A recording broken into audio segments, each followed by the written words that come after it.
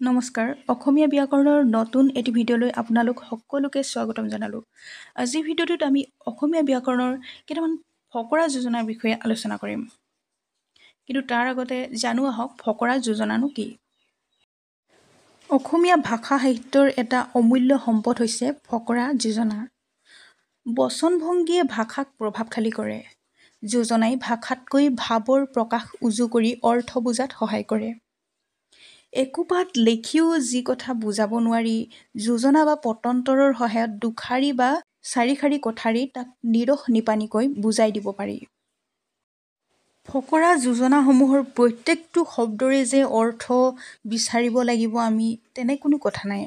আনকি ফকৰাৰ বাক্যবোৰ পোনপটীয়া অৰ্থও অভিপ্ৰেত অৰ্থ নহ'ব পাৰে। কোৱা কথাৰ সাদৃশ্যতহে ইয়াৰ আচল অৰ্থ উলিয়াব পাৰি। অসমীয়া ভাষাত প্ৰচলিত তেনে কিছুমান ফকৰা যোজনাৰ বিষয়ে আজি আমি আলোচনা কৰিম, যিবোৰ আগন্তুক অনুষ্ঠিত হ'বলগীয়া গুৱাহাটী হাইকোৰ্টৰ জুনিয়ৰ এডমিনিষ্ট্ৰেটিভ এছিষ্টেণ্ট পৰীক্ষাৰ বাবে অতি উপযোগী হ'ব। গুৱাহাটী হাইকোৰ্টৰ বিভিন্ন পৰীক্ষাত আহি থকা যোজনাবোৰ বাছি বাছি আমি যুগুত কৰিছোঁ। লগতে গুৱাহাটী হাইকোৰ্টৰ জুনিয়ৰ এডমিনিষ্ট্ৰেটিভ এছিষ্টেণ্ট পৰীক্ষাৰ প্ৰিভিয়াছ ইয়েৰ কুৱেশ্যন পেপাৰত কেনেকুৱা ধৰণৰ ফকৰা যোজনা আহিছিল সেই বিষয়ে আমি আলোচনা কৰিম। তেন্তে পলম নকৰি বলক আজিৰ ভিডিঅ'টো আৰম্ভ কৰোঁ। অতি ডেছ চোৰৰ লক্ষণ। অপশ্যন দিয়া আছে ভক্তি, শক্তি, তীক্ষ্ণ এটাও নহয়।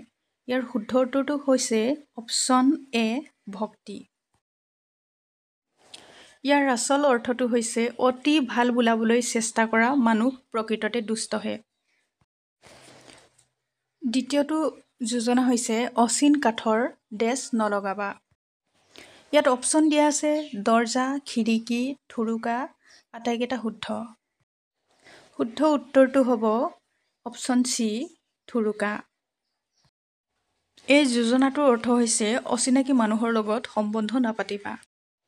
যিদৰে এটা ঢেঁকীত আমি চিনি নোপোৱাকৈ যদি ঠুৰুকাটো যিকোনো কাঠৰ লগাই দিওঁ, তেতিয়াহ'লে হয়তো চাউল খুন্দাৰ সময়ত বা পিঠা খুন্দাৰ সময়ত সেই ঠুৰুকাটো খোল খাই পৰিব পাৰে।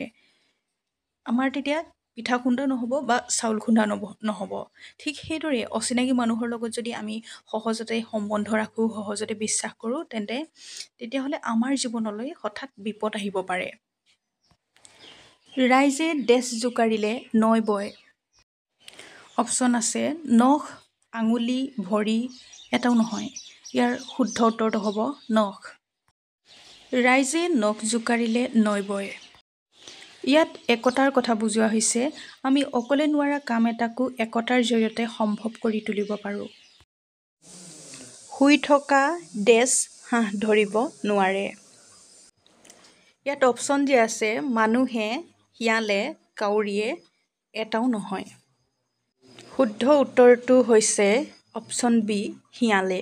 শুই থকা শিয়ালে হাঁহ ধৰিব নোৱাৰে।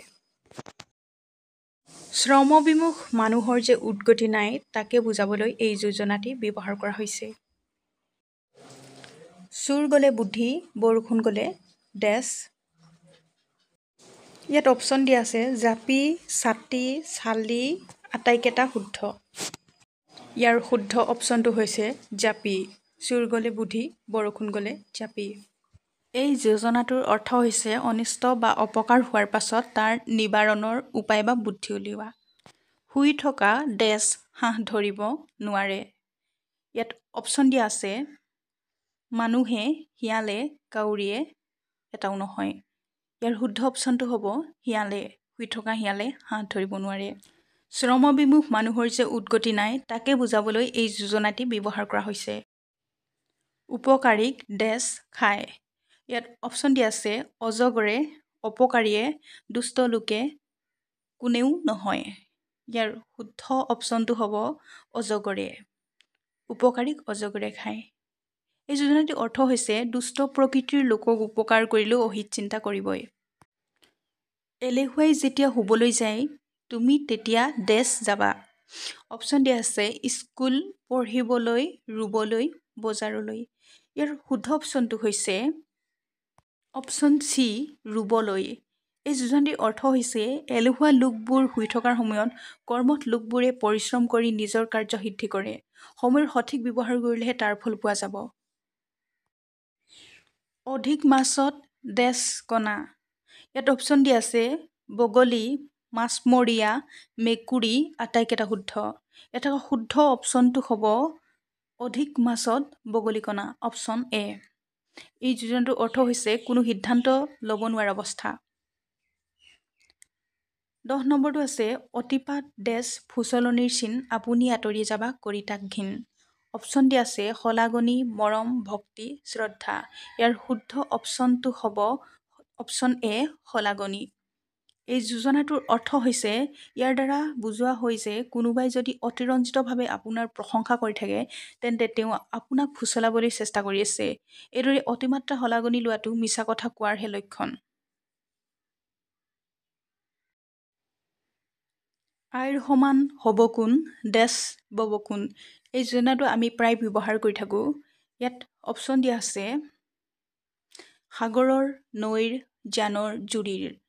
অপশ্যন বিটো শুদ্ধ হ'ব আইৰ সমান হ'ব কোন নৈৰ সমান বব কোন।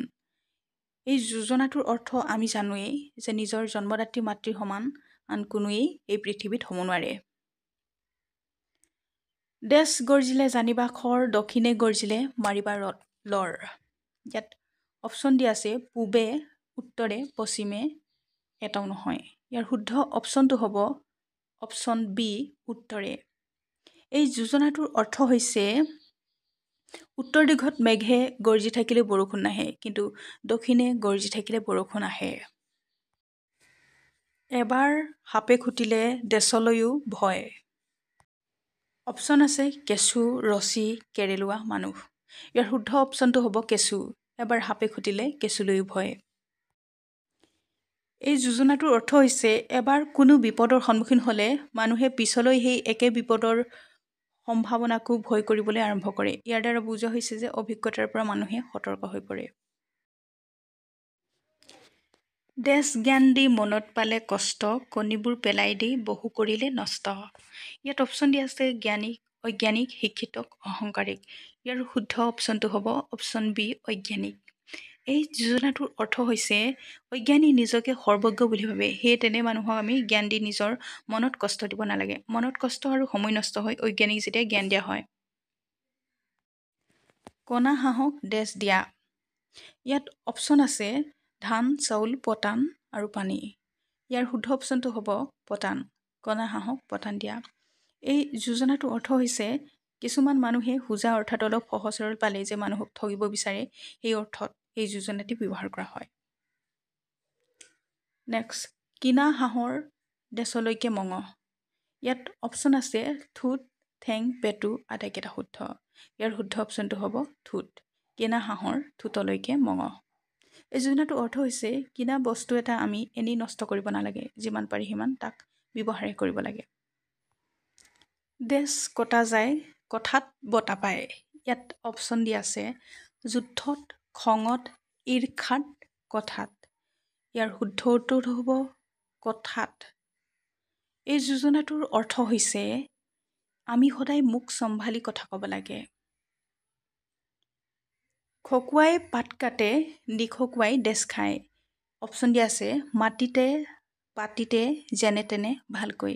শুদ্ধ অপশ্যনটো হৈছে মাটিতে। খকুৱাই পাত কাটে, নিখকুৱাই মাটিতে খায়।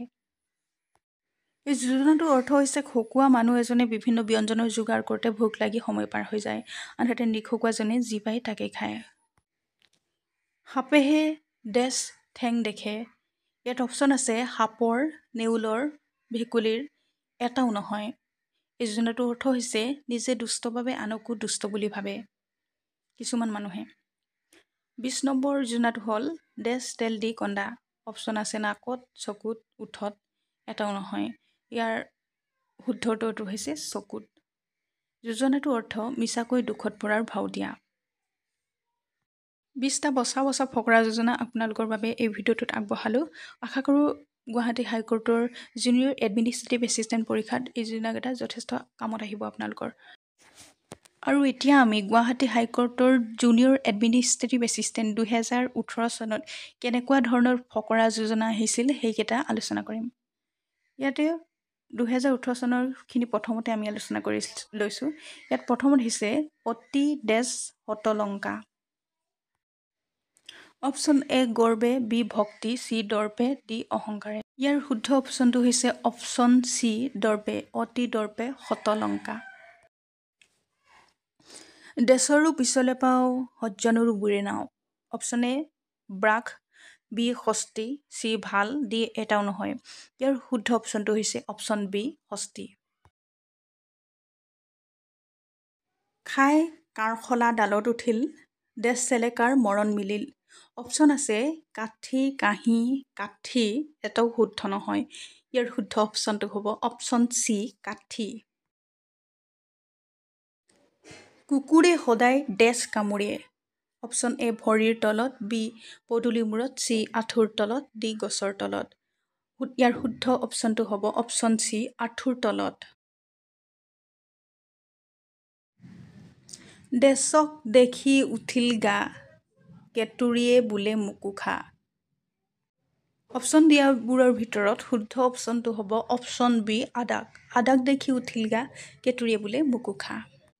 এতিয়া আমি 2023 চনত কেনেকুৱা ধৰণৰ ফকৰা যোজনা আছিল সেইসমূহ অকণমান আলোচনা কৰোঁ আহক। অতি ভক্তি চোৰৰ লক্ষণ, দেশ নিগনি ৰক্ষণ। অপশ্যন দিয়াবোৰৰ ভিতৰত শুদ্ধটো হ'ব অপশ্যন চি বিৰালীৰ। আছে গৰু নাবাই হাল, শোৱাতকৈ নোহোৱাই দেশ। অপশ্যন দিয়াবোৰৰ ভিতৰত শুদ্ধ অপশ্যনটো হ'ব ভাল, অপশ্যন বি। ঘৰৰ দেশ জুহালৰ বুঢ়া। অপশ্যন দিয়াবোৰৰ ভিতৰত শুদ্ধ উত্তৰটো হ'ব অপশ্যন বি বুঢ়া। টান পালেহে দেশ লয়। অপশ্যন দিয়াবোৰৰ ভিতৰত শুদ্ধটো হ'ব অপশ্যন এ নাম, টান পালেহে নাম লয়। ডলাৰ বগৰী যেনে বগৰাৰ দেশ তেনে। অপশ্যন দিয়াবোৰৰ ভিতৰত শুদ্ধ উত্তৰটো হ'ব অপশ্যন চি গতিও। ডলাৰ বগৰী যেনে বগৰাৰ গতিও তেনে। আজিৰ ভিডিঅ'টো ইমানেই আছিল। আশা কৰোঁ এই ভিডিঅ'টোৰ জৰিয়তে আপোনালোক যথেষ্ট উপকৃত হ'ব। আগন্তুক অনুষ্ঠিত হ'বলগীয়া গুৱাহাটী হাইকোৰ্টৰ যি জুনিয়ৰ এডমিনিষ্ট্ৰেটিভ এছিষ্টেণ্ট পৰীক্ষা, এই পৰীক্ষা সকলোৰে ভাল হওক আৰু অসমীয়া বিষয়ৰ যিকোনো প্ৰশ্ন উত্তৰ পাবলৈ আমাৰ লগত জড়িত হৈ থাকিব। ধন্যবাদ।